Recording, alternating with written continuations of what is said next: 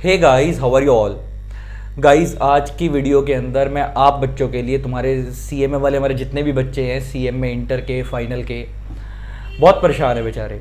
तो आप लोगों के बिहाफ पे मैं आज सीएमए इंस्टीट्यूट से एक छोटी सी 2 रिक्वेस्ट करने आया हूँ। वो रिक्वेस्ट ये है कि पहली बात तो जो अभी तक हम लोग एनालाइज कर पा रहे हैं, जो बच्चों का फीडबैक मिल रहा है कि जैसा हम लोगों को पता है कि मोटा मोटा 40 मार्क्स का हमारे लोगों का सब्जेक्टिव पेपर है, ऑब्जेक्टिव पेपर, एंड 60 मार्क्स का सब्जेक्टिव है टाइपिंग वाला, जिसमें हमने देखा था कि 20 मार्क्स के तो उनके एमसीक्यू हैं, 20 मार्क्स के फिल इन द ब्लैंक्स हैं, एंड 48 मार्क्स का प्रॉपर रिटर्न वाला है और 12 मार्क्स की केस स्टडी है, वो भी रिटर्न वाला है। तो 60 मार्क्स का रिटर्न है, 40 मार्क्स के ऑब्जेक्टिव है, जो कि प्रैक्टिकली जितने भी बच्चों से मैं फीडबैक ले रहा हूँ, बच्चे ये कह रहे हैं कि सर पॉसिबल ही नहीं हो पा रहा लिखना। जो अगर हम लोग, कितने बच्चे ऐसे जो वर्किंग है, जो ये कहते हैं कि सर हम लोग, हमारा कंप्यूटर पे हाथ सेट है प्रॉपरली, तब भी हमारी उतनी एफिशिएंसी नहीं आ रही कि हम इतनी जल्दी पूरा पेपर निपटा लेंगे।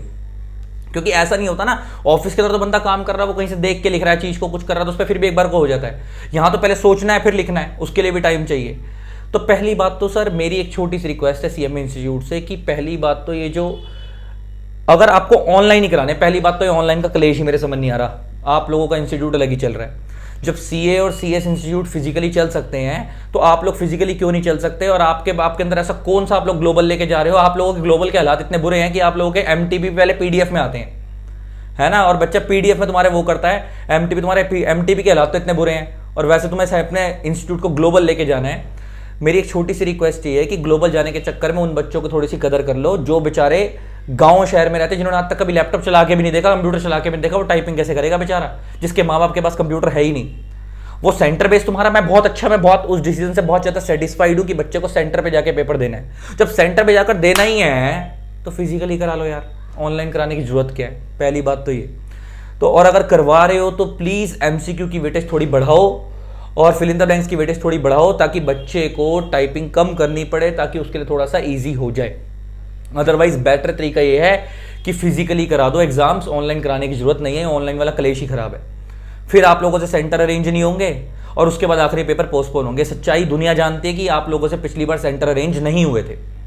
पिछली बार जब पेपर होने थे और जब आप लोगों ने पहले जून के अगस्त में गए, अगस्त के फिर अक्टूबर में गए, अक्टूबर वाले दिसंबर में जो मर्ज हो गए, दोनों इंस्टीट्यूट्स ने एग्जाम ले लिया और आप लोगों के पेपर भी जो पोस्टपोन हुए, वो इसका रीजन यही बहुत बड़ा ये था, जो आपने अनअवॉइडेबल रीजन लिख के डाला था, जो आज तक किसी को रीजन नहीं पता लगा कि आप लोगों से सेंटर मैनेज नहीं हुए थे। खबर मेरे को पहले से थी, बस हम लोग मजबूर होते हैं कि हम डाल नहीं पाते। मेरे को बहुत पहले इंटरनली खबर आ गई थी कि सर सेंटर मैनेज नहीं हो रहा है, पेपर नहीं हो पाएंगे। दूसरी चीज जो मेरी रिक्वेस्ट है, पहली बात या तो फिजिकली पेपर करा दो, बच्चों का करियर खराब मत कराओ, और अगर करवा रहे हो तो कम से कम उसकी वेटेज बढ़ाओ ऑनलाइन एमसीक्यूज की। दूसरी चीज, जो वर्किंग नोट का क्लेश डाला आप लोगों ने कि वर्किंग नोट्स के अंदर कि भाई इस तरीके से वर्किंग नोट होंगे, वर्किंग नोट का अपना पैटर्न दे दिया। अब हर बच्चा अपने तरीके से वर्किंग नोट बनाता है, और इसमें जो एडिक्वेट वर्किंग नोट्स का जो आप लोगों ने आजकल कंसेप्ट चलाया है, एडिक्वेट वर्किंग नोट्स वो क्या है, वो आखिर में एक्चुअल चीज क्या है, और उसके ऊपर कोई क्लैरिटी दो। पहली बात तो आप लोगों के इंस्टीट्यूट से कोई क्लैरिटी आती नहीं है, और ऑफिशियली अब आजकल आनी शुरू हुई है तो वो इनकम्प्लीट होती है, उस पर कोई क्लैरिफिकेशन नहीं होती, उसके बाद कोई रिस्पॉन्ड बैक नहीं आता।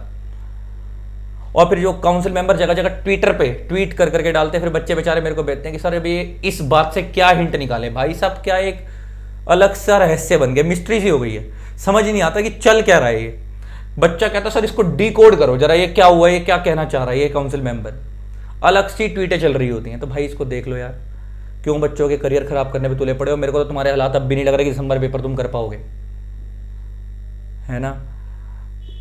मेरी रिक्वेस्ट कम लग रही होगी और गुस्सा ज्यादा लग रहा होगा, लेकिन जब इतने सारे बच्चों को मैं डेली बेस पे सुनता हूं ना, तो अंदर से बहुत बुरा लगता है कि यार इन बेचारों का क्या होगा। तो जो अगर कोई काउंसिल मेंबर ढंग से देख रहा है तो प्लीज इस रिक्वेस्ट को सीरियसली कंसीडर करो और बच्चों के बारे में थोड़ा सा ढंग से सोचो। चलो, और मैं बच्चों को मैक्सिमम यही बोलूंगा, इस वीडियो को मैक्सिमम शेयर करो, लाइक सब्सक्राइब करना करो, नहीं करना ना करो, लेकिन वीडियो को शेयर करो ताकि हर एक बंदे तक ये बात पहुंचे। चलो, thanks a lot, bye bye.